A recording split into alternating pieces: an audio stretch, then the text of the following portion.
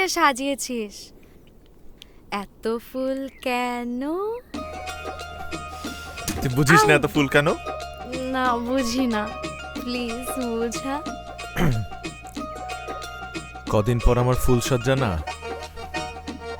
সবাই তো বেডরুম সাজায়, আমি সবার থেকে আলাদা হওয়ার জন্য পুরো বাড়ি সাজালাম।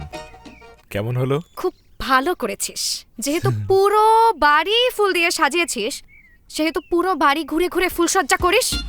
Stupid কথা। তুই স্টুপিড, মুখে আজে বাজে কথা বাদ দে না। না জুই বাঁধে না। এলো? হ্যাঁ মা, পান্দরনি নিয়ে আসছি। হ্যাঁ মা, বান্দরের সাথে আসছি।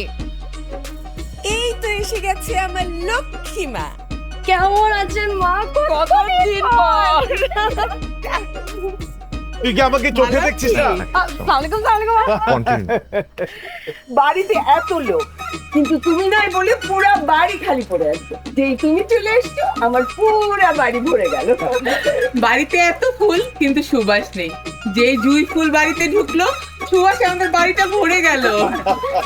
এখন আর আমার এই বিয়ে নিয়ে কোনো চিন্তা নেই। আমার লক্ষ্মী যে চলে আসছে, সব কাজ এখন তোমার। আচ্ছা এই বৃষ্টি আসছে, তোমরা বাইরে দাঁড়িয়ে থাকবে নাকি ভেতরে যাবে? চল চল ভেতরে।